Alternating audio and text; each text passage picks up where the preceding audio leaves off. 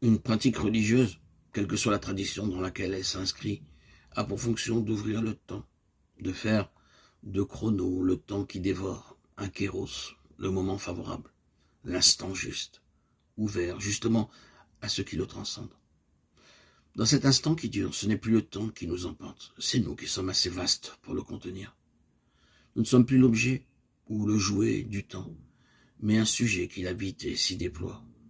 Le passé, le présent, l'avenir se résorbent dans l'intensité d'une présence heureuse. Cette transfiguration du temps s'appelle la fête, ensemble de gestes, de paroles, parfois de danse, et de chants signifiants qui introduit dans le temps la mémoire, non seulement d'un acte passé, naissance, mort ou résurrection, mais la mémoire d'une présence toujours actuelle, toujours en acte dans les gestes ou les mots de la remémoration, l'anamnèse. Si les religions vivaient leur fête, s'imprégnaient de leurs rites, et n'auraient plus le temps de se faire la guerre. Les temps de guerre brisent les rythmes des fêtes, arrachent l'homme aux saisons, le déracinent de la terre et du ciel. Le sang versé prend la place du vin qui déborde. Un temps de guerre est un temps fermé dans l'espace qu'on se dispute. Un temps de fête est un temps ouvert dans l'espace qu'on se partage. Prendre soin de l'être, c'est redonner à l'homme le sens de ses fêtes, de ses lieux, et ce temps de rencontre avec la paix oubliée. Dans la tradition juive, il y a cette fête hebdomadaire qu'on appelle le sabbat. Les thérapeutes d'Alexandrie honoraient particulièrement le 7e jour. Le 7e jour est tout à fait saint pour eux. C'est un jour de grande fête. Et ils le jurent digne d'exceptionnelles marques d'honneur. Pour les premiers chrétiens, le jour du Seigneur demeura le 7e jour, et cela était pour eux un des commandements transmis par Moïse que Jésus était venu accomplir et non pas abolir.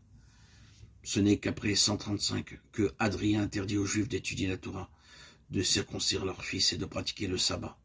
Les chrétiens se rallièrent assez vite aux lois de Rome plutôt qu'aux commandements de Dieu. Il n'y eut jamais de raison théologique à l'abandon du sabbat.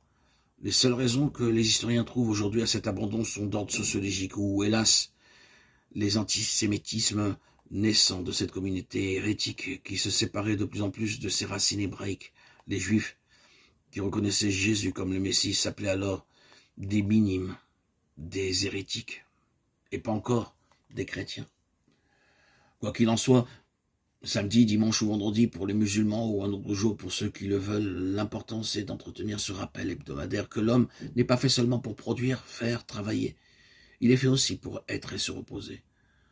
Son accomplissement est dans le repos. Le droit de l'homme au jour de congé a des conséquences anthropologiques et éthiques importantes. Ce qui remonte à des millénaires pour la tradition biblique est un fait récent pour nos sociétés.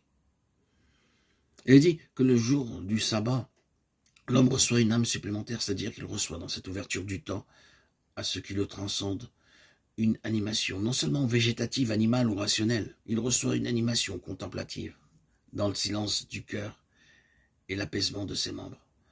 L'homme relativise ses compétences guerrières et économiques et se découvre capable d'intelligence, de beauté et d'amour.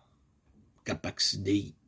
Un jour, une heure, un instant de cette pure capacité, cela suffit peut-être à justifier son existence.